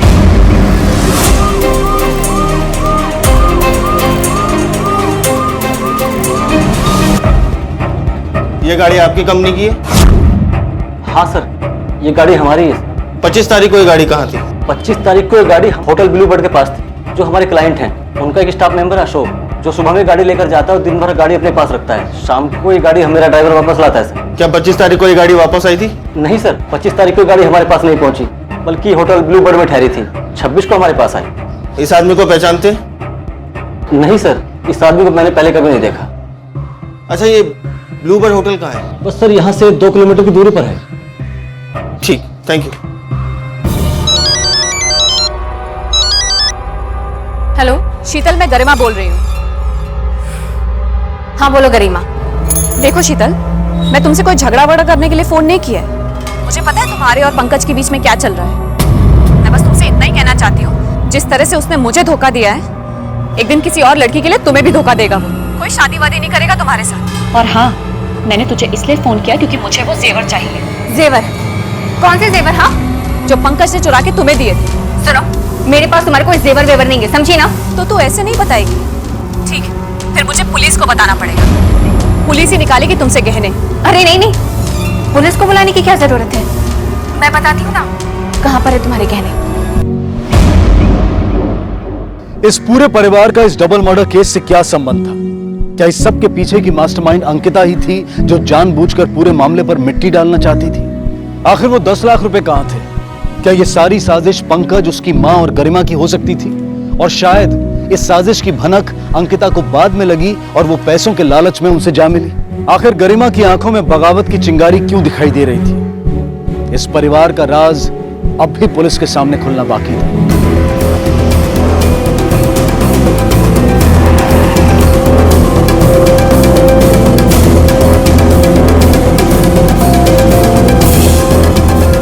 हाँ साहब, हमारे ट्रेवल से उस दिन गाड़ी मैं ही लाया था और मुझे प्रमोद ने गाड़ी लाने को कहा था। प्रमोद? जी हाँ, मैं और प्रमोद अक्सर होटल का सामान लाने के लिए बाहर जाते हैं। तो 25 तारीख को ये प्रमोद भी तुम्हारे साथ था? साहब, उस दिन हम कहीं नहीं गए थे। प्रमोद की तबीयत अचानक से खराब हो गई थी, तो इसलिए हमने जाना कैंसिल कर दिया और वैन होटल के पीछे पार्किंग में खड़ी थी। तो उस दिन वैन की चाबी किसके पास थी? साहब, चाबी तो प्रमोद के पास थी। हाँ साहब, चाबी तो उस दिन मेरे पास ही थी, पर मैं नीचे वाले कमरे में सोया था साहब, क्योंकि मेरी तबीयत ठीक नहीं थी। मतलब 25 तारीख को तुम मार्केट नहीं गया? नहीं सर, मैं मार्केट 25 को नहीं, अगले दिन 26 को गया था। आप किसी से भी पता कर सकते हो सर। किससे क्या पूछना है उसकी टेंशन तू मत ले, हम पुलिस वाले उड़ती चिड़िया के पर गिन लेते हैं। हाँ सर, गए थे।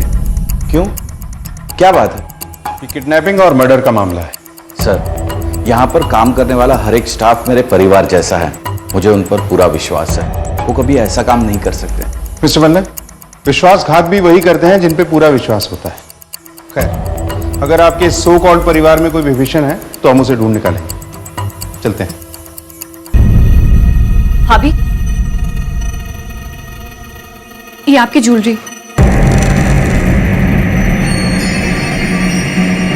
शीतल के पास रखवाए थे। भाभी, आप मेरे दोस्त हो। मैं माँ जी और पंकज की वजह से कुछ नहीं कह पाती हूँ, ना ही कुछ कर पाती हूँ। मुझे डर लगता है कि कहीं वो लोग मेरे साथ कुछ कर ना दे। एक्टिंग बहुत अच्छी कर लेती हो तुम।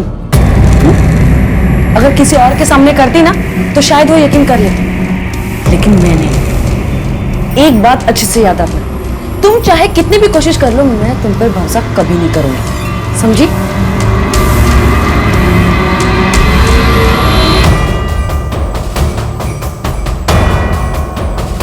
ए सुनो।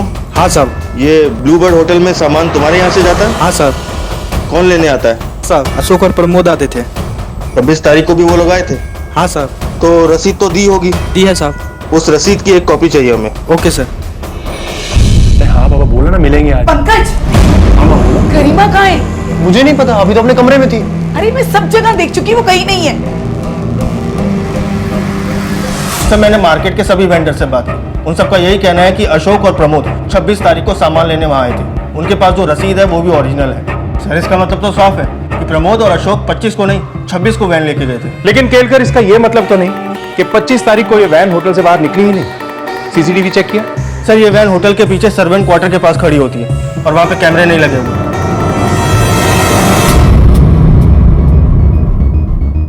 सर, मुझे आपको कुछ बताना है। जी बताइए। मुझे पता है सर, अंकिता को किसने किडनैप किया था। माफ कर दीजिए सर, हमसे गलती हो गई। हमने किसी को नहीं मारा सर, हमने तो सिर्फ अंकिता को किडनैप किया था, उससे अपनी प्रॉपर्टी बचाने के लिए। हमने किसी को नहीं मारा सर। अगर हमें किसी को मारना होता तो अंकिता को मार के रास्ते से हटा देते। बेशक तुम लोग उसे भी मार डालते, अगर वक्त रहते हम अंकिता को ढूंढ निकालने में कामयाब नहीं होते। बढ़ो। जीनत को क्यों मारा? तुम्हें पता चल गया था उसके पास 10 लाख रुपए हैं। इन्हीं पैसों की लालच में तुमने मारा उसे? नहीं साहब, हम सच कह रहे हैं, हमने किसी को नहीं मारा साहब। सब पूजा मुझे जान से भी प्यारी थी, वो एक ही तो थी जो मुझे समझती थी, तो मैं उसे क्यों मारूंगी? और मुझे किसी भी 10 लाख रुपए के बारे में नहीं मालूम सर। अराफात को तुम जानती थी, पूजा को भी तुम जानती थी। अब वो दोनों मर चुके हैं, वो 10 लाख रुपए भी गायब हैं। माजरा क्या है अंकिता? और जितना दूध का धुरा तुम खुद को दिखा रही हो उतनी हो नहीं। तुमने हमसे ये क्यों छुपाया कि पंकज और तुम्हारी सास ने तुम्हें किडनैप किया था? सर, मैं किसी भी तरह पूजा और पायल के बारे में पता लगाना चाहती थी। मुझे लगा कि पूजा और पायल को गायब करने में इन लोगों का ही हाथ है। सर, ये रहे शकुंतला और पंकज के कॉल रिकॉर्ड्स। सर, पंकज ने हमसे हमेशा ही झूठ बोला। 30 मई को उसको ब्लूबर्ड होटल से एक कॉल आया था। चलो, किसने किया था ये कॉल? सर, याद नहीं आ रहा। मैं बताता हूँ सर, मुझे एक आदमी का कॉल आया था। वो मुझसे किसी बच्ची के बारे में पूछ रहा था और मुझे धमकी भी दे रहा था। बच्ची तेरे पास थी ना? तेरे घर में है ना वो? क्या? अरे मेरे पास कोई बच्ची नहीं है। सर मुझे लगा कि आप लोगों ने मुझे कॉल किया कुछ सच निकलवाने के लिए। सर मैं सच बोल रहा हूँ, मुझे नहीं पता वो आदमी कौन था सर। होटल ब्लूबर्ड, इस होटल का इस केस के साथ कोई ना कोई कनेक्शन जरूर है। आखिर वो आदमी कौन था जिसने पंकज को होटल के नंबर से कॉल किया था और बच्ची के बारे में पूछ रहा? सर मुझे तो उस बच्ची की फिक्र हो रही है। आखिर वो बच्ची जेबा कहाँ और किस हाल में होगी सर? कोई है? प्लीज मुझे अम्मी से खेलना है। पागल हो गई है क्या? क्यों शोर मचा रखा है?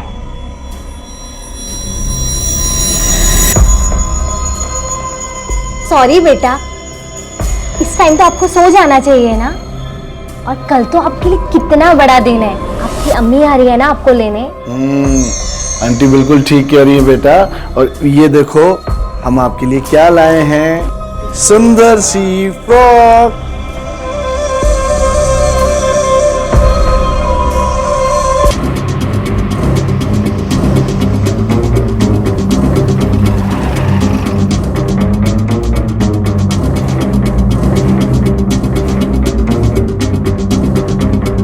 ये नंबर इसी होटल का है? हाँ सर, ये हमारा ही होटल का नंबर है। 30 तारीख को दोपहर 2 से 3 बजे के आसपास पंकज नाम के आदमी को यहीं से कॉल किया गया था। मैं जानना चाहता हूँ वो कॉल किसने और क्यों किया था। सर ये नंबर तो हमारे लॉबी का है। ठीक है, तो मुझे 30 तारीख के आपके लॉबी के सारे सीसीटीवी कैमरे के फुटेज चाहिए।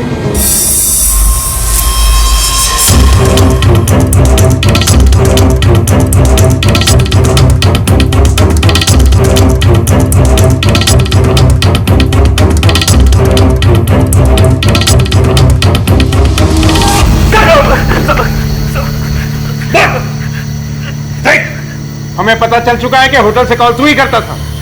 जीनत और जेबा को तूने किडनैप किया। गलती हो गई साहब, गलती हो गई साहब। तू तो कमरे में सो रहा था, होटल से बाहर कैसे निकला? मैंने चद्दर के नीचे तकिया रख दिया था और चुपचाप वहां से निकल गया था साहब। और कौन था तेरे साथ? केलकर, ये ऐसे नहीं बोले। नहीं बोलेगा। अराफत था मेरे साथ साहब। उसी ने मुझे उसके साथ चलने के लिए कहा था साहब। अराफत को कैसे जानता है? पॉलिसी रिजॉर्ट वाली लूट वाली केस में मैं अराफत का तीसरा पार्टनर था साहब। लेकिन अराफत जीनत के पीछे क्यों पड़ा था? क्या ये कहानी उन 10 लाख रुपयों से शुरू हुई थी? क्या वो 10 लाख रुपए वाकई जीनत के पास थे? साहब, परीक्षित ने मरने के पहले मुझे सारे पैसे दे दिए थे। मैंने अराफात से झूठ कहा कि परीक्षित ने पैसे जीनत को दे दिए। और जब अराफात घर आया तो उसने देखा कि जीनत और जेबा दोनों नहीं है। उससे मेरी बातों पे यकीन आ गया। उसे लगा कि सच में जीनत ने सारे पैसे लेके भाग गई है सब। जेबा तो बच्ची थी, उसे तुम लोग बड़े आराम से उठा सकते थे, लेकिन जीनत? सब जेबा को गाड़ी में बिठाने के बाद कहा ना, मेरे पास तुम्हारे पैसे नहीं है। ज्यादा ड्रामा मत कर, समझी ना? परीक्षित ने तुम्हें पैसे दिए हैं, मुझे वो पैसे चाहिए। परीक्षित ने मुझे कोई पैसे नहीं दिए। ये ज्यादा शांति मत कर, समझी ना? अगर अराफात का प्लान जेबा को किडनैप करके जीनत से पैसे निकलवाने का था तो उसने जीनत को क्यों मारा? क्या जीनत ने उसे पैसे दे दिए थे? तब अराफात ने पैसों के लिए दूसरा रास्ता ढूंढ लिया था। वो अपनी बेटी को बेचने वाला था पैसों के लिए। फिर आगे क्या हुआ? तूने अराफात को क्यों मारा? तुझे उसके भी पैसे चाहिए थे इसलिए? साहब, अराफात को मैं क्यों मारूंगा साहब? उसे किसने मारा साहब मुझे नहीं पता। हम उस लड़की को लेके होटल पहुंचे और मैंने पीछे के रास्ते से उन दोनों को होटल के कमरे में छुपा दिया था साहब, बस।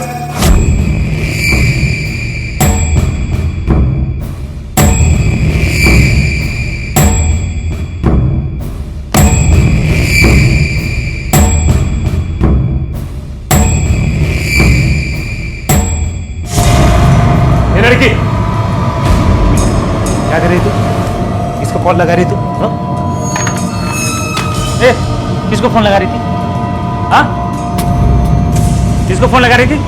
हाँ? साहब, अगली सुबह जब अराफत उठा तो उसने देखा कि जेबा वहां पे नहीं है। जेबा वहां से भाग निकली थी साहब। प्रमोद, किसी कीमत पे मुझे जेबा चाहिए। वो जरूर अंकिता के घर पे गई होगी। मैं उसको अभी उठा के देख भाई देख, तू शांत हो जा। अगर तू वहां जाएगा ना तो हम लोग फंस जाएंगे। हम उसे शांति से समझाएंगे, तेरी बेटी चुपचाप तेरे हवाले कर दे। मैं काम करता हूँ, मैं अंकिता के घर के किसी मेंबर का नंबर का जुगाड़ करता हूँ और उसे यहाँ से कॉल करता हूँ, उसे बच्ची लाने के लिए कहता हूँ। तू चिंता ना कर, समझा? मैं अभी आया। साहब उस दिन मैं पंकज की दुकान पर गया था, उसका नंबर मुझे वहीं से मिला था साहब। तो कब तक मिल जाएगी ये डिलीवरी? 2 दिन में हो जाएगा। क्या मुझे आपका नंबर मिल सकता है? मैं 2 दिन में आपको कॉल करके आ जाऊंगा। कार्ड रख लो आप यार। अराफात जेबा को किसे बेचने वाला था? साहब जेबा को बेचने की डील मैंने ही फिक्स की थी साहब। उस आदमी को मैं तो नहीं जानता, लेकिन मेरी उससे फोन पे बात हुई थी साहब।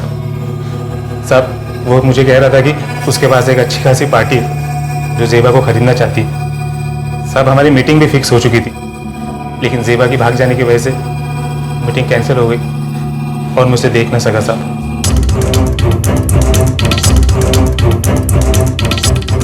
केलकर, फौरन होटल के सारे कॉल्स की लिस्ट चेक करो और पता करो कि ये कॉल कहां से आया था। Okay sir. सर लड़की बिल्कुल रेडी है, डिलीवरी अभी हो सकती है। सर आप एक बार लड़की तो देखिए, आपका दिल खुश हो जाएगा। किससे बात कर रहे हो? बेटा आपकी मम्मी से बात कर रहा था मैं, अभी वो आ रही है आपको लेने के लिए। आप एक काम करो, आप जल्दी से जाओ, फ्रेश हो जाओ, ठीक है? इतनी रात को? हाँ, आपकी मम्मा आ रही है ना अभी, तो आपको बिल्कुल फ्रेश दिखना है ना। मैं जो आपके लिए फ्रॉक लेकर आया था ना, वो पहन लेना, आप उसको बहुत सुंदर दिखोगी, ठीक है? आप जाओ, फ्रेश हो जाओ।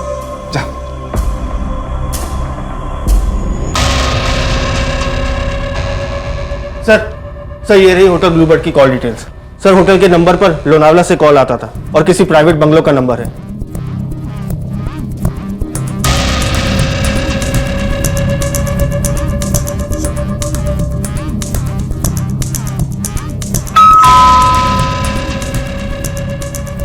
जी साहब। साहब को बोलो। साहब तो नहीं है। कहाँ गए? मालूम है साहब, कुछ बता के नहीं गए।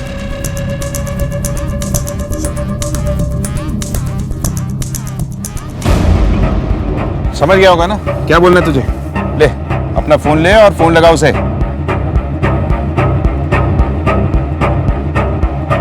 साहब पुलिस फिर से होटल में आई थी, वो लोग अशोक को ढूंढ रहे। मैं फौरन आपसे मिलना चाहता हूँ, क्या मैं आपके घर पे आऊँ अभी? केलकर। सर। अरे भाई कितना टाइम हो गया, कहाँ है लड़की? ये है लड़की।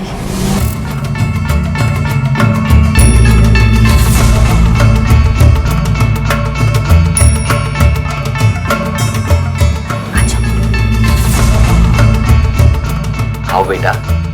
जाओ बेटा, अंकल के पास जाओ, यही अंकल आपको आपकी मम्मी के पास लेकर जाएंगे। चलो पास आओ बेटा।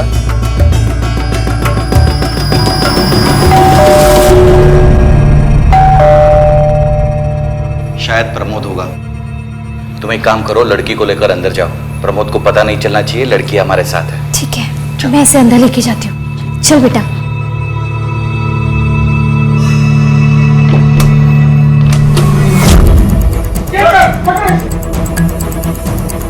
पकड़ इसे, पकड़।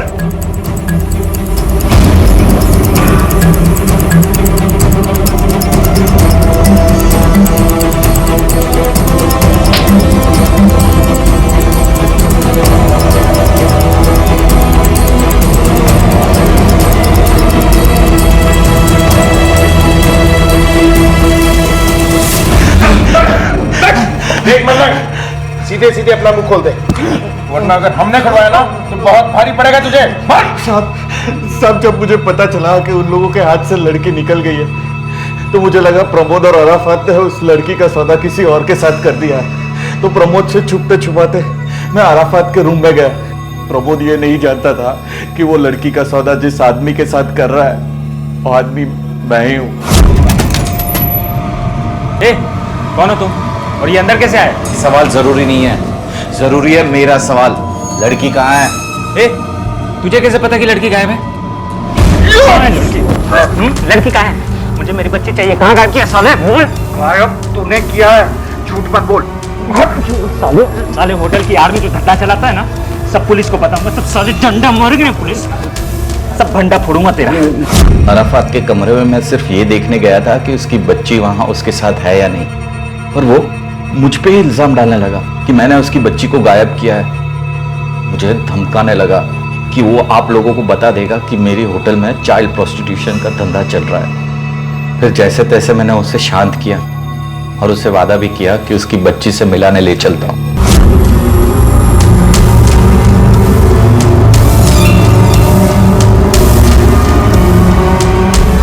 तू अराफात को उस झील के पास ले गया जहां तूने उसे मार डाला, सिर्फ इसलिए कि उसने तुझे पुलिस में जाने की धमकी दी थी।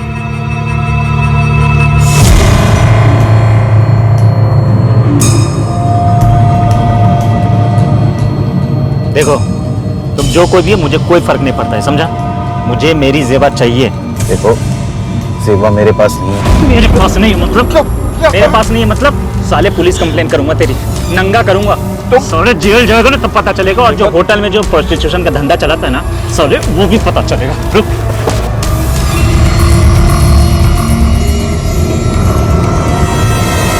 फिर वो बच्ची तुझे कैसे मिली? इत्तेफाक से प्रीतम वहां से गुजर रहा था और वो लड़की अपनी स्कूल बैग लेने होटल की तरफ लौटी। जो शख्स जेबा की सौदेबाजी कर रहा था, उस शख्स की पहचान पुलिस ने प्रीतम के रूप में की। पुलिस ने उस शख्स और उसकी पत्नी को गैर कानूनी तरीके से जेबा को बेचने और रखने के जुर्म में गिरफ्तार किया, और साथ ही प्रमोद को भी बच्ची की किडनैपिंग और जीनत के कत्ल में शामिल होने के लिए दोषी पाया गया। मलंग जैसे लोगों को अच्छे और बुरे से कोई फर्क नहीं पड़ता। उन्हें सबसे पहले सिर्फ अपना मतलब और पैसा दिखाई देता है, और यह पैसा चाहे कितना भी क्यों ना हो, उन्हें कम ही लगता है। अराफात ने कभी कोई रिश्ते को ना तो बनाया और ना ही उसे निभाया। उसका जमीर इतना गिर चुका था कि वो पैसों के लालच में अपनी ही बेटी को बेचने निकल पड़ा था। अंकिता के बारे में चाहे दुनिया की कोई भी राय क्यों ना हो, लेकिन एक बात तो सच है कि उसने जेबा और जीनत का उस मुश्किल घड़ी में साथ दिया जब उसे पता था कि जीनत ने उससे झूठ बोला था। जेबा अब एनजीओ की मदद से अंकिता के साथ ही रहती है, और उसने कहीं ना कहीं अंकिता में ही जीनत को ढूंढ लिया है। याद रखें, हमेशा उन्हीं लोगों से रिश्ते बनाएं जिनके लिए आपके मन में सच्चा प्यार हो, विश्वास हो, क्योंकि ऐसे रिश्ते अपने साथ वो सौगात लेकर आते हैं जिनकी कीमत दुनिया की किसी भी कीमती चीज से नहीं चुकाई जा सकती। इसी विचार के साथ अब मैं अनूप सोनी आपसे विदा लेता हूं। फिर मुलाकात होगी अगले एपिसोड में एक और चौंका देने वाले केस के साथ। तब तक अपना और अपने परिवार का ख्याल रखें और देखते रहें क्राइम पेट्रोल डायल 100। सबक एक को सीख हम सबको। जय। इस तरह के और भी एपिसोड देखने के लिए हमारे चैनल को सब्सक्राइब करें और बेल आइकन दबाना ना भूलें।